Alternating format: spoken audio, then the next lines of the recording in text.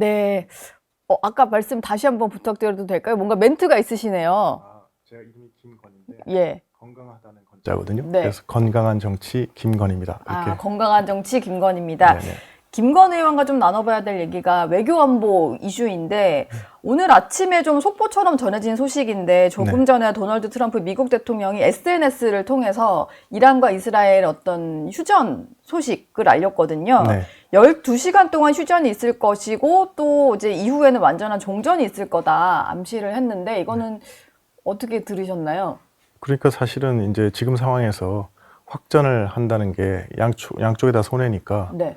그러니까 양쪽이 그런 노력을 하는 거죠. 그래서 뭐 정교하게 이제 6시간 후에 시작해서 12시간 먼저 이란이 하고 12시간 후에는 이스라엘 하고 그런 후에는 전쟁이 끝난다. 이런 뭐 합의 사항을 발표를 한 건데. 네. 그래서 이제 이걸 아예 그냥 기정사실화 시키려고 12day war, 그러니까 12일 전쟁, 옛날에 6일 전쟁 이런 말이 있었지 않습니까? 예.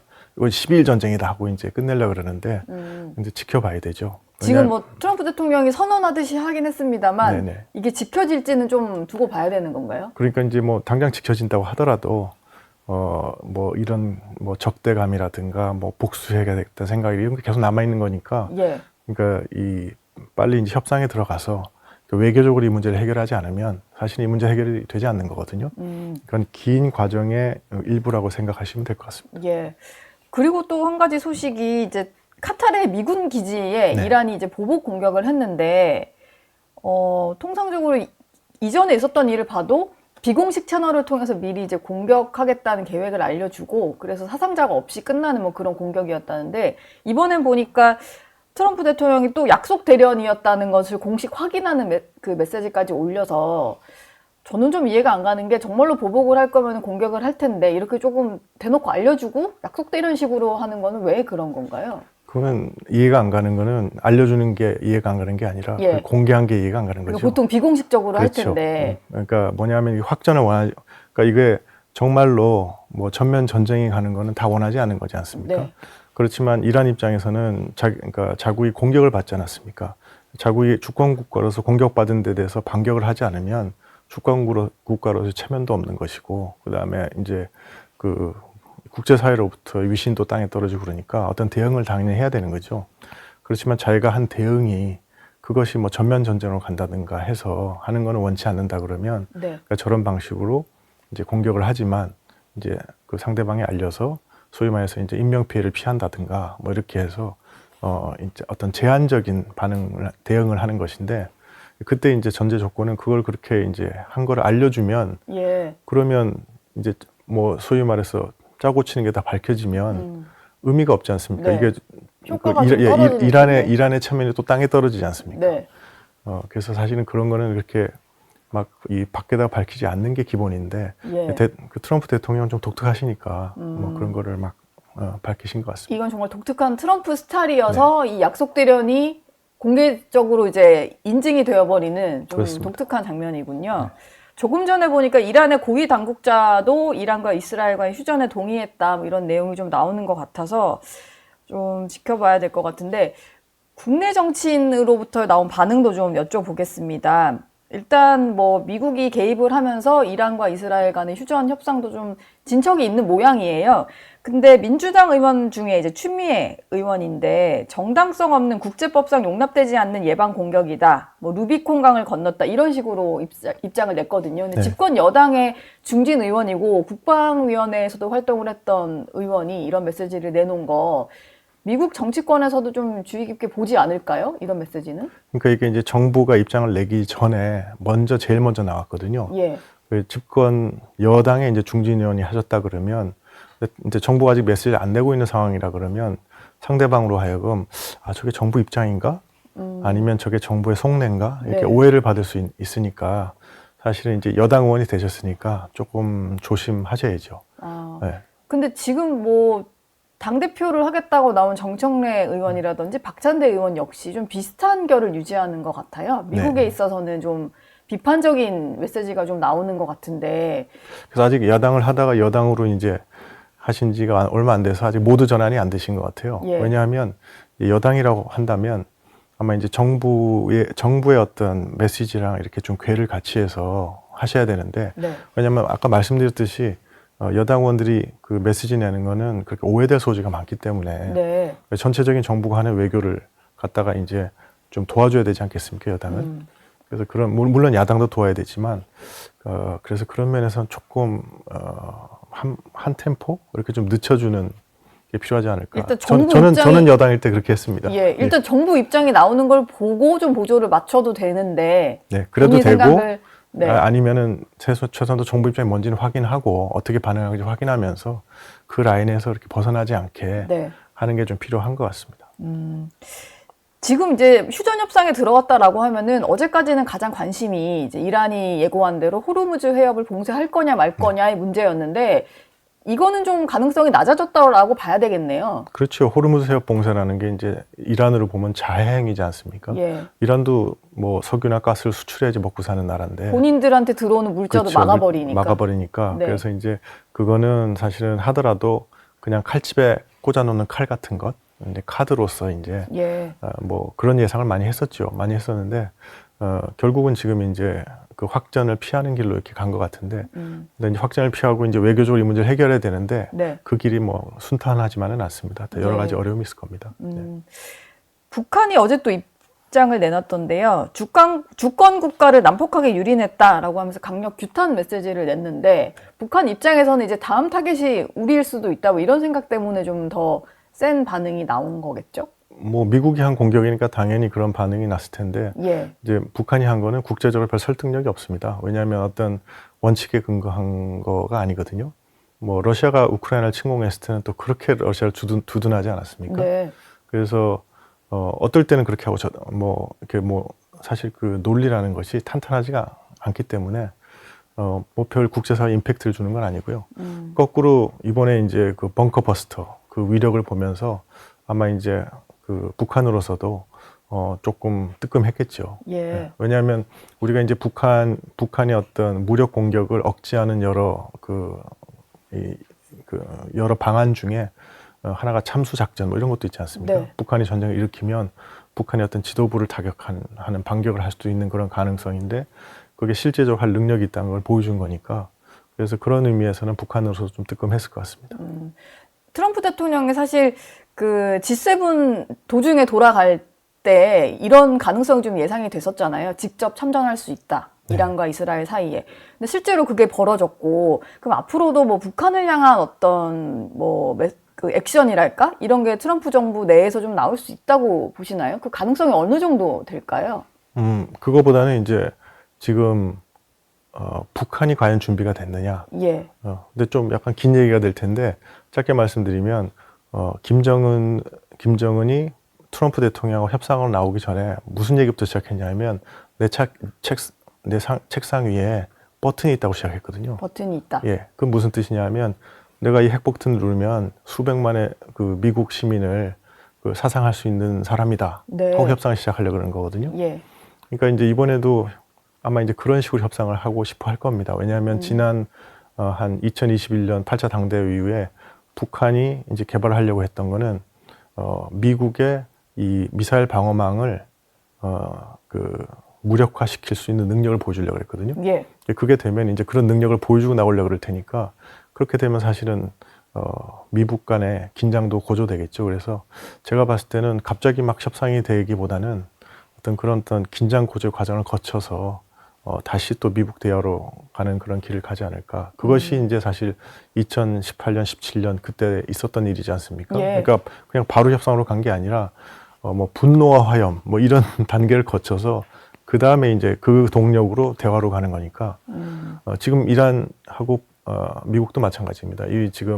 이번 작전에서 긴장이 쫙 고조된 다음에 그 다음에 이제 다시 이제 대화로 가지 않습니까? 협상으로 이어지는 예, 거니까. 그럼 저희가 이제 문재인 정부 당시에 봤던 뭐 그런 식의 어떤 미북 대화가 좀 그런 방향으로 좀 진행이 될 수 있겠네요. 앞으로 만약에 있다고 하면. 근데 이제 그 양상은 많이 달라질 수 있죠. 예. 양상은 많이 달라질 수 있고, 그 다음에 이제 그 사이에 그 남북 관계 상황도 많이 바뀌었고, 네. 북한은 이미 뭐 우리는 다른 민족이고, 우리는 적대적인 두 국가고, 그 다음에 남한하고는 아무 상대도 안 한다, 뭐 이런 입장을 밝히지 않았습니까? 그 다음에 그 사이에 또 막 크게 변한 것은 뭐냐면, 북한이 전술 핵무기를 그 생산해서 우리를 직접 위협하기 시작한 거죠. 예. 뭐 우리 노 앵커님도 아시겠지만 한 20년 전에만 해도 우리나라 내부에서는 북한의 핵무기는 미국의 핵위협에 대항하는 거지 우리를 위협하는 거 아니다 이런 생각하신 분들이 있었거든요. 네.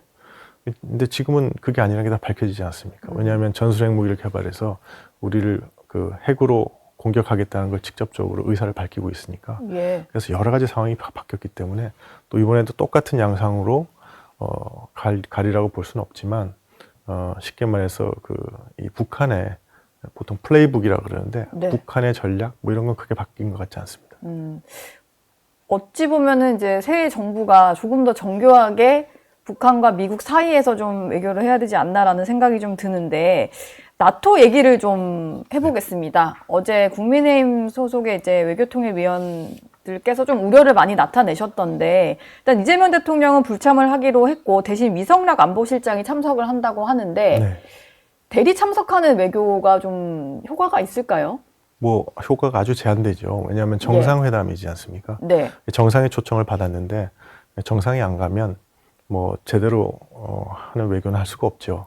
예, 그래서 사실 기본적으로 이 나토 정상회의에 대해서 네. 우리랑 도대체 무슨 상관이 있냐 이렇게 얘기하시지만 나토하고 인태 지역의 4개 국가 IP4라 그러는데요. 예. 한국, 일본, 호주, 뉴질랜드 요 4나라가 같이 참석하는 정상회의거든요. 네. 그래서 이제 이렇게 나토 IP4가 같이 모이게 된 거는 사실은 우리한테는 되게 중요한 일입니다. 왜냐하면 가령 예를 들어서 그 나토의 동맹국들이 네. 느낀 건 뭐냐면 유럽의 안보를 위해서 나토가 있는 거지 않습니까? 그런데 가만히 살펴봤더니 유럽의 안보하고 아시아의 안보가 하나더라. 이런 깨달음이죠. 예. 왜냐하면 러시아가 우크라이나를 침공했는데 네. 근데 러시아를 뒷받침하는 게 탄약을 공급하고 병력을 공급하고 그다음 미사일 공급하고 하는 게 북한이지 않습니까?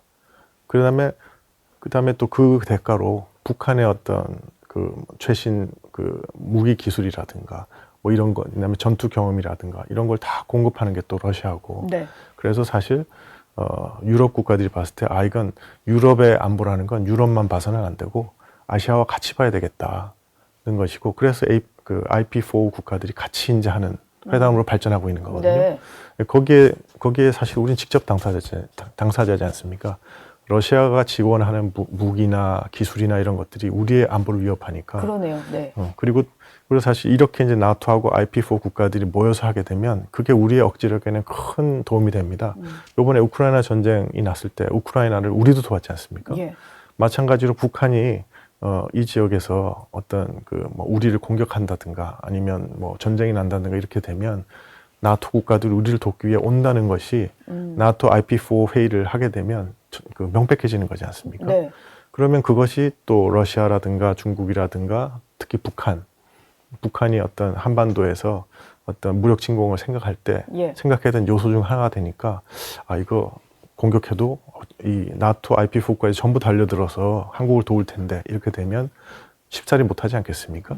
그래서 이 회의는 사실은 우리한테는 아주 중요하고 좋은 회의죠. 네. 그다음에 플러스해서 이제 지금 뭐 5% 방위비를 GDP 5%로 방위비도 증강한다 그러면 유럽의 많은 나라들이 이제 무기를 많이 도입해야 되지 않겠습니까?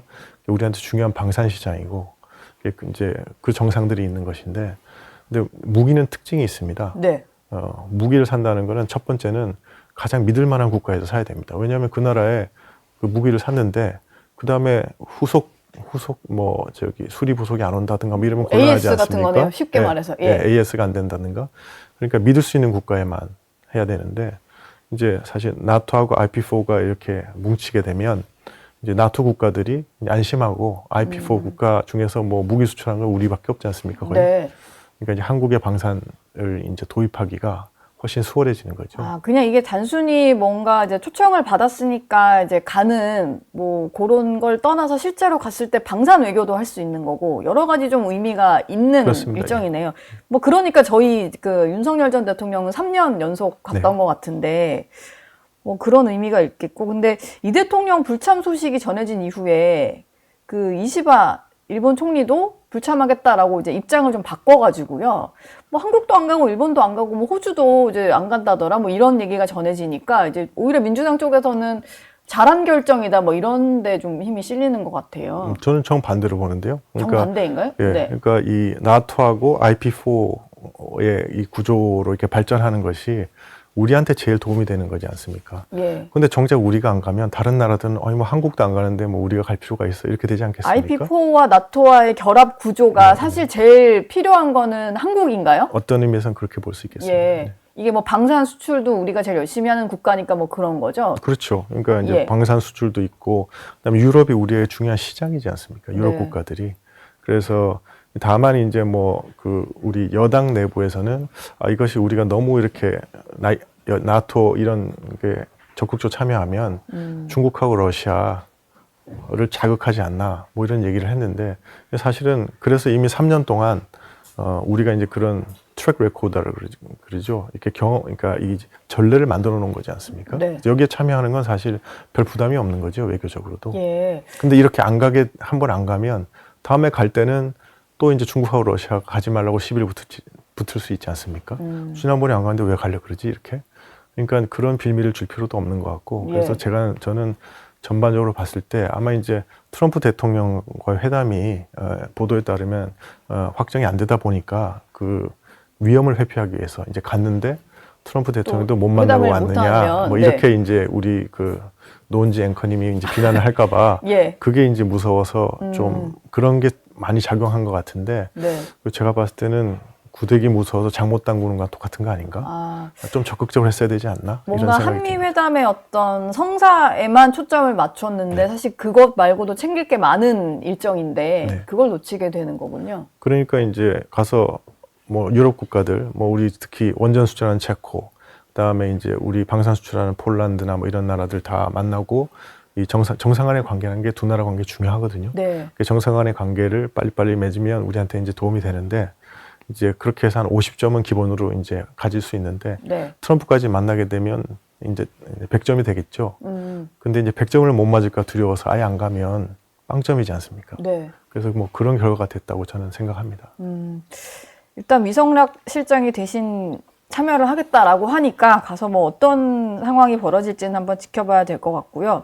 근데 지금 이제 IP4 일정 중에서 또 가장 중요한 게 이게 뭐 제가 뭐 취재를 한 게 아니라 나토 정상회의 이제 홈페이지에 들어가면 다 공개된 일정이더라고요. 근데 트럼프 대통령과 IP4 이제 정상들 간에 어떤 회의 일정이 잡혀 있었는데 그럼 이렇게 계속 다른 뭐 일본도 그렇고 우리나라도 그렇고 대참을 하게 되면 이 일정 자체가 좀 진행이 안 될 수도 있겠다라는 생각이 들어요. 그렇죠. 지금 상황에서는 그런 일정을 이제 추진 못하는 거죠. 정상 간의 회의였는데 정상들이 안 오면 뭐 없어지겠네요, 아예. 네. 근데 이제 다자회의는 그런 게 많습니다. 뭐 이렇게 하다가 일정이 안 맞아서 이제 마지막 에 바뀌거나 이런 게 많거든요. 네. 유동적이라서 네. 조금 이제 조금 이 위험을 좀 감수를 해야 됩니다. 근데 저는 충분히 지금 뭐냐면 우리나라의 대외 관계라는 게 위험을 감수하고라도 뛰어들어서 뭔가를 얻어내는 그런 어떤 적극적인 외교 네. 이런 걸 해야 될 필요가 있다고 생각하거든요.